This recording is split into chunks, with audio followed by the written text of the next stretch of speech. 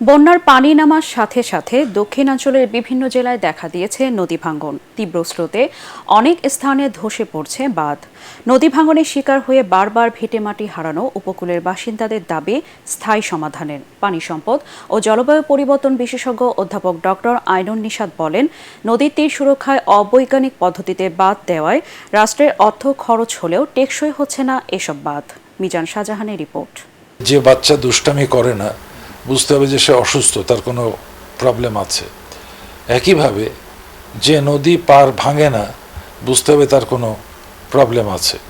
একুল ভেঙে অকুল গড়া নদীর স্বাভাবিক বৈশিষ্ট্য হলেও পরিকল্পনায় দুর্বলতার খেসারত হিসাবে অনেক সময় বাঁধ টেকসই হয় না বলে জানান এই পানি সম্পদ বিশেষজ্ঞ। বরিশাল জেলার মেহেন্দিগঞ্জ উপজেলার উলানিয়াকে মেঘনা নদীর ভাঙন থেকে রক্ষায় ৩৮৬ কোটি টাকা ব্যয়ে কংক্রিট ব্লকের বাঁধ দেওয়া হয়। বৃহত্তর নোয়াখালী অঞ্চলের বন্যার পানি ডাকাতিয়া নদী হয়ে মেঘনার মোহনা দিয়ে নেমে যাচ্ছে বঙ্গোপসাগরে। এতে মেঘনা নদীতে পানির চাপে উলানিয়াকে রক্ষার জন্য বসানো ৩৮৬ কোটি টাকার বাঁধ জলে ডুবতে শুরু করেছে। আমাদের দেশে পাথর নেই, কাজেই পাথর বিদেশ থেকে ইম্পোর্ট করতে হয়।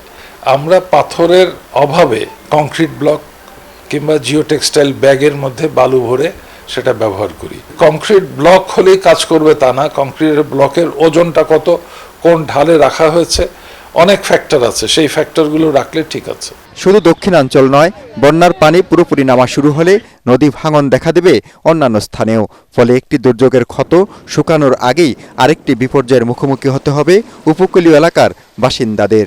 তথাকথিত বিশেষজ্ঞরা যে ভুলটা করেন, আমরা নদীতে যতটুকু পাড়টা দেখতে পাই তলদেশ পর্যন্ত, এইখানে আমরা কিছু কাজ করতে চেষ্টা করি, কিন্তু বর্ষার সময় নদীর তলদেশ অনেক নিচে চলে যায়, কাজেই ওই ডিজাইনটা কমপ্লিট হয় না। এটা না জানার কোনো কারণ নেই, যে কোনো প্রকৌশলীর জানতে পারা উচিত।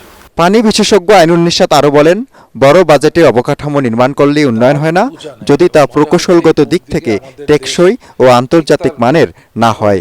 ভারতের যে অংশ, মিজান শাহজাহান, এটিএন বাংলা, ঢাকা।